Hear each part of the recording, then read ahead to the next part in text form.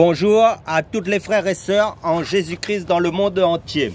Bienvenue à toutes les nouvelles personnes qui se connecteront à la chaîne. Je m'appelle Serge de l'île de la Réunion, esclave de Jésus-Christ.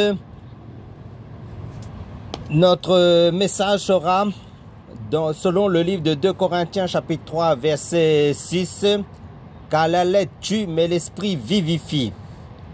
Avant de communiquer le message, prions frères et sœurs. Père, dans le nom du Seigneur Jésus-Christ, nous te bénissons, nous te louons, nous te glorifions. Merci pour l'œuvre de la croix de ton Fils Jésus-Christ qui est mort pour notre salut de nos âmes.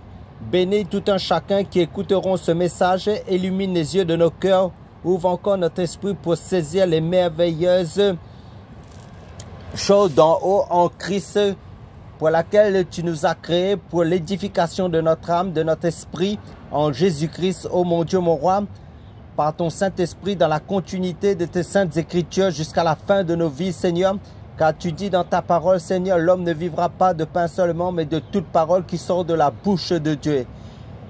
Et tu nous dis aussi, selon le livre de 2 Corinthiens, chapitre 4, verset 16, c'est pourquoi nous ne perdons pas courage malgré que notre homme extérieur se détruit, notre homme intérieur se renouvelle de jour en jour.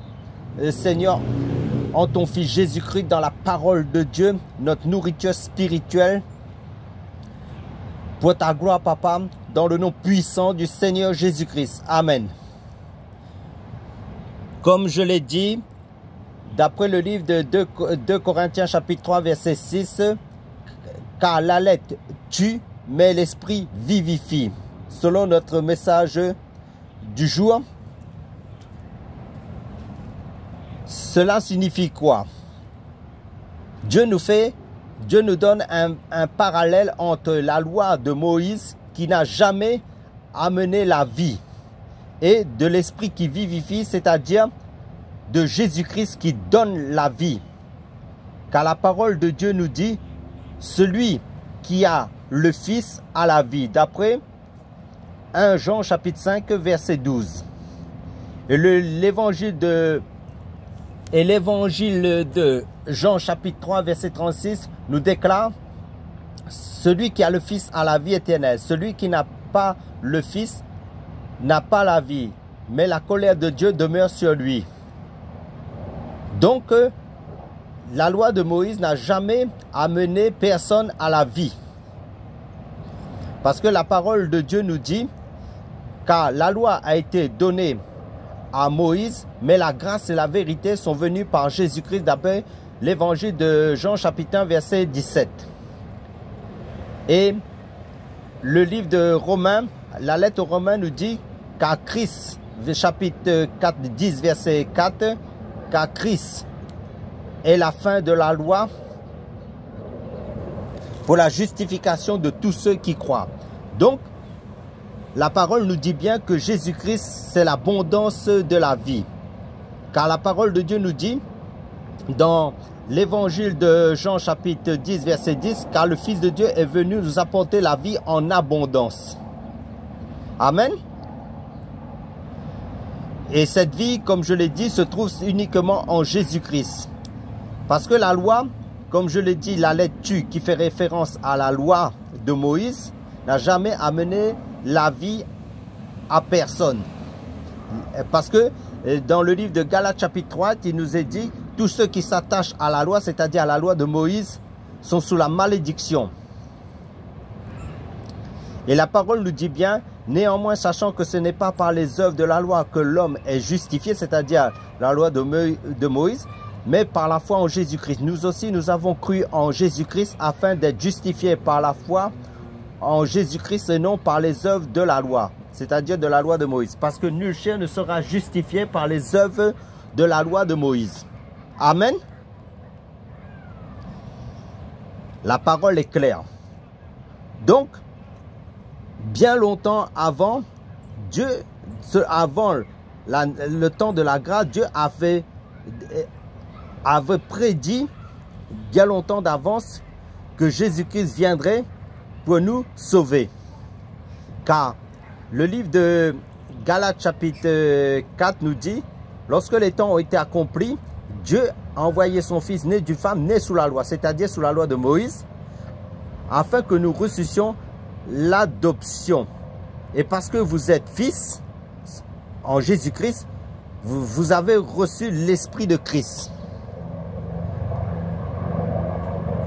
Donc, Jésus-Christ dans l'ancienne alliance, dans l'ancien temps, était un mystère. Parce que, mais révélé dans notre temps de la grâce. Car Jésus-Christ, d'après le livre de Colossiens chapitre 1 verset 26 nous dit, Jésus-Christ est le mystère caché de tous les temps, mais révélé maintenant à tous ses saints, à qui Dieu a voulu faire connaître quelle est la glorieuse richesse de ce mystère, savoir Christ en vous, l'espérance de la gloire. Amen. Donc, Jésus-Christ était un mystère dans l'ancienne alliance. Cette vie qui était en Jésus-Christ n'était pas encore révélée dans le temps d'avant.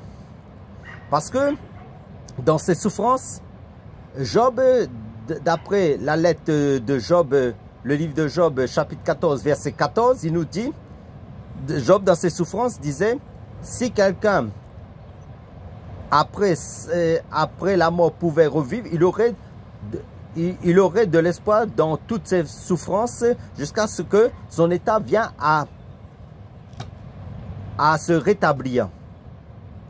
Mais maintenant, dans le temps de la grâce, Jésus-Christ dit, je suis la résurrection et la vie. Amen. Je suis la résurrection de la vie. Et si quelqu'un croit en Jésus-Christ, il ne mourra pas, il vivra. Parce que Jésus dit, celui qui vit et croit en moi ne mourra pas. Crois-tu cela? Donc Jésus-Christ est la résurrection, la vie. Donc, ce qui signifie que si Jésus-Christ est la vie, et cette vie éternelle, que Dieu nous a donnée.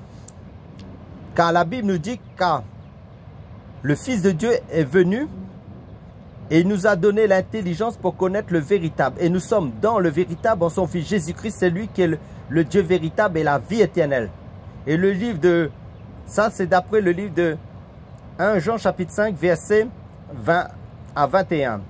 Et le livre de l'évangile de Jean chapitre 17 verset 3 nous dit, oh la vie éternelle, c'est qu'ils te connaissent, toi, le vrai Dieu, et celui que tu as envoyé, Jésus-Christ. Amen. Alléluia. Donc, nous voyons bien que Jésus-Christ, c'est la vie éternelle que Dieu nous a donnée.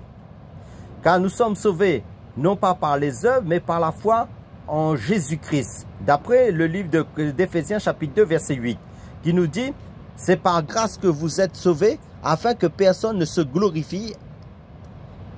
Et Dieu a préparé des œuvres pour que nous marchions dans ses œuvres à lui, en Jésus-Christ. Donc, Jésus-Christ, c'est cette vie. Et Jésus-Christ, c'est la parole de Dieu aussi.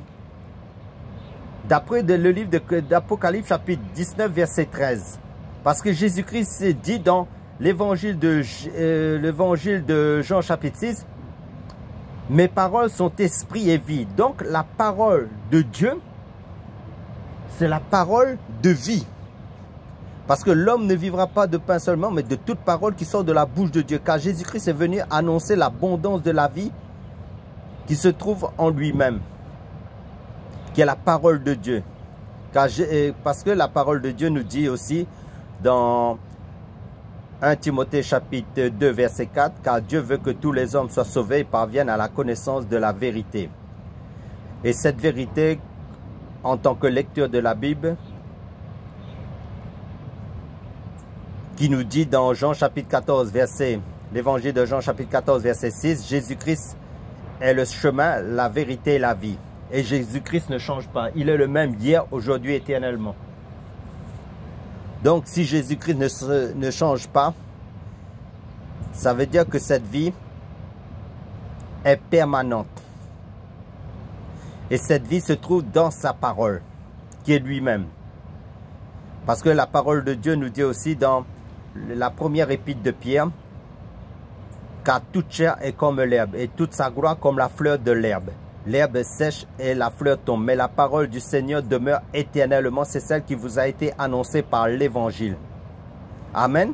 Et l'Évangile, c'est la bonne nouvelle de Jésus-Christ. Amen. Car Dieu a tant aimé le monde qu'il a donné son Fils unique afin que quiconque croit en lui ne périsse point, mais qu'il ait la vie éternelle. Amen. Et la Bible nous dit que c'est Jésus-Christ qui nous sauve de la colère à venir. D'après 1 Thessaloniciens chapitre 5, 1 Thessaloniciens chapitre 1 verset 9. Et 1 Thessaloniciens chapitre 5 verset 9 nous dit, le Fils de Dieu, car Jésus-Christ nous sauve de la colère à venir.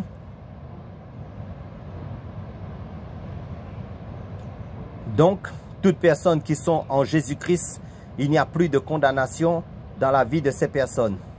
Parce que la Bible nous dit aussi que, d'après le livre de Romains chapitre 8, verset 26, que nous devons nous appuyer qu'en Jésus-Christ, car nous ne savons pas prier, premièrement, et nous devons être conduits que par son esprit, qui est la vie aussi.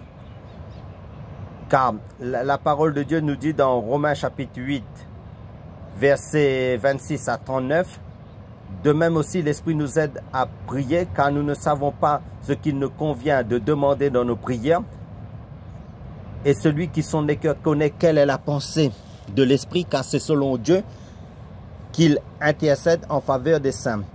Et celui qui l'a connu d'avance, il les a aussi prédestinés à être à l'image de son Fils, lequel est le premier-né d'entre ses frères. Et ceux qu'il a prédestinés, il les a aussi appelés. Ceux qu'il a appelés, il les a aussi justifiés. Ceux qu'il a justifiés, il les a aussi glorifiés. Que dirons-nous de toutes ces choses? Si Dieu est pour nous, qui sera contre nous? Qui accusera les élus de Dieu? C'est Dieu qui justifie. Qui les condamnera? Christ est mort, bien plus, il est ressuscité. Il est à la droite de Dieu et il intercède pour nous. Qui nous séparera de l'amour de Christ? Sera-ce la tribulation ou l'angoisse ou la persécution ou l'épée ou la nudité ou le péril ou la faim? Comme il est écrit, c'est à cause de toi qu'on nous met à mort tous les jours, qu'on nous regarde comme des brebis destinées à la boucherie. Mais dans toutes ces choses, nous sommes plus que vainqueurs par celui qui nous a aimés. Car j'ai l'assurance que ni la mort, ni la vie, ni les choses présentes, ni les choses à venir, ni les dominations, ni la profondeur, ni la hauteur, ni aucune autre créature ne pourra nous séparer de l'amour de Dieu manifesté en notre Seigneur Jésus-Christ. Amen. Et la parole de Dieu nous dit aussi clairement dans le livre de Romains chapitre 11 verset 36, c'est de lui, c'est-à-dire c'est de Jésus-Christ et par Jésus-Christ et par lui, par Jésus-Christ, c'est-à-dire par Jésus-Christ et pour lui, c'est-à-dire pour Jésus-Christ, que sont toutes choses éternellement. Amen. Donc, nous comprenons ici que tout est centralisé sur Jésus-Christ qui est la vie que Dieu nous a donnée. Car la Bible est christocentrique, tout est centré sur la personne infiniment infinie de Jésus-Christ. Car Jésus-Christ a plusieurs aspects. Il est à la fois notre vie, il est à la fois notre bon berger, il est à la fois notre pain de vie, il est à la fois notre nourriture spirituelle, il est à la fois notre sauveur, notre Seigneur, notre Dieu. Il est notre tout, notre trésor. Donc si Jésus-Christ a plusieurs aspects, là nous parlons de l'aspect de Jésus-Christ en tant que l'esprit qui vivifie, l'esprit qui donne la vie. Car personne ne peut donner la vie éternelle si ce n'est Jésus-Christ. Et Jésus-Christ donne la vie éternelle aussi à qui il veut, selon les Écritures. Comme il le dit très bien. Donc, Jésus-Christ, en dehors de Jésus-Christ, il n'y a pas de vie. En dehors de Jésus-Christ, tout n'est que ténèbres. En dehors de Jésus-Christ, tout n'est que vanité. En dehors de Jésus-Christ, tout n'est que de la fumée, du néant. C'est du mensonge. Donc, Jésus-Christ, c'est la vie. Car Jésus-Christ nous dit aussi, nul ne peut venir au Père si ce n'est par moi, c'est-à-dire par Jésus-Christ. Et personne ne peut venir à Jésus-Christ si le Père ne l'attire. Donc, si Jésus-Christ est la vie, et si Jésus-Christ, en dehors de Jésus-Christ, il n'y a pas d'autre vie, cela signifie que Jésus-Christ est notre essentiel. Jésus-Christ est notre divinité. Jésus-Christ est tout notre trésor, notre Sauveur, notre Seigneur. Notre Seigneur. Amen. Alléluia. Parce que Jésus-Christ aussi, c'est la parole de Dieu, comme je vous ai dit, pour la nourriture de notre âme. Car la Bible nous dit, dans Jean chapitre 1, verset 1 à... L'évangile de Jean chapitre 1, verset 1 à 14, au commencement était la parole, et la parole était avec Dieu, et la parole était Dieu. Elle était au commencement avec Dieu. Toutes choses ont été faites par elle, et rien de ce qui a été fait n'a été fait sans elle. En elle était la vie, et la vie était la lumière des hommes. La lumière, lui, dans les ténèbres, et les ténèbres ne l'ont point reçue. Il y eut un homme envoyé de Dieu, son nom était Jean. Il vint pour servir de témoin, pour rendre témoignage à la lumière, afin que tous crussent par lui. Il n'était pas la lumière, mais il parut pour rendre témoignage à la lumière.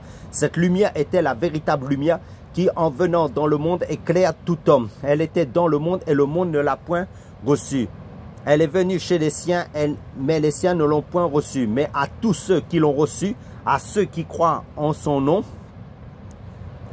c'est-à-dire en Jésus-Christ, mais à tous ceux qui croient en son nom, elle a donné le pouvoir de devenir enfant de Dieu. Donc, tu as le pouvoir, tu as un pouvoir, mon frère, ma soeur en Christ dans le monde entier. Tu es enfant de Dieu. Dieu t'a donné le pouvoir d'être enfant de Dieu. Donc, comme je l'ai dit, à tous ceux qui l'ont cru, à tous ceux qui ont cru en son nom, elle a donné le pouvoir de devenir enfant de Dieu, lesquels sont nés non du sang, ni de la volonté de l'homme, ni de la volonté de la chair, mais de Dieu. Et la parole s'est faite chair, elle a habité parmi nous, pleine de grâce et de vérité. Et nous avons contemplé sa gloire, comme la gloire du Fils unique venu du Père. Amen, alléluia. Là, nous voyons parfaitement la description de Jésus-Christ, qui est la parole de Dieu, qui est la lumière, que toute chose a été créée par lui, par la parole, qui s'est fait chair, qui a marché sur cette terre. Car le fondement de la vie chrétienne, c'est que Jésus-Christ, d'après le livre de 1 Corinthiens chapitre 15, que Jésus-Christ est mort pour nos péchés, qu'il a été enseveli et qu'il est ressuscité le troisième jour pour notre justification. Parce que, comme vous le savez, comme je l'ai dit, sans Jésus-Christ, tout est vanité. Tout n'est que ténèbres. Donc, la Bible nous précise bien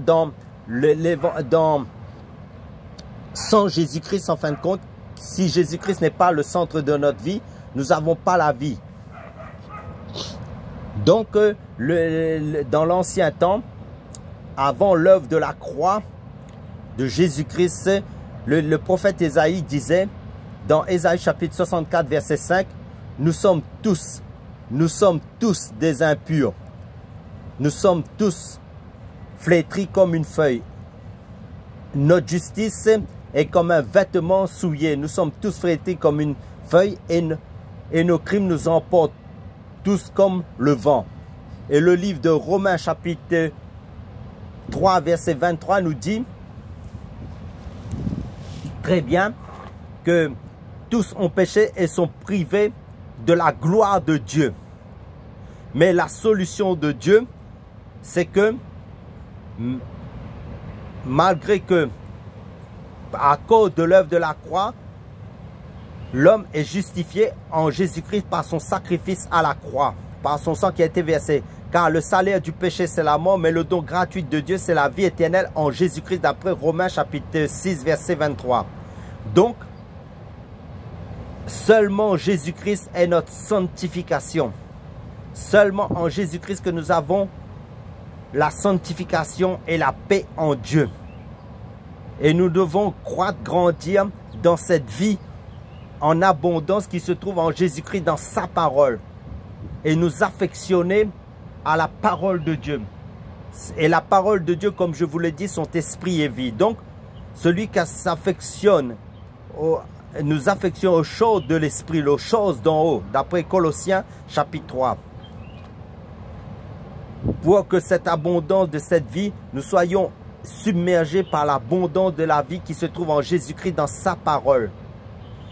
la méditer, la vivre, la pratiquer perpétuellement en continuité. Par l'aide du Saint-Esprit surtout. Amen. Donc, l'Esprit qui vivifie, qui donne la vie, c'est uniquement Jésus-Christ. Amen. Donc, toute personne qui est en Jésus-Christ, qui a reçu le Saint-Esprit, la Bible nous dit car celui qui est en nous est plus grand que celui qui est dans le monde.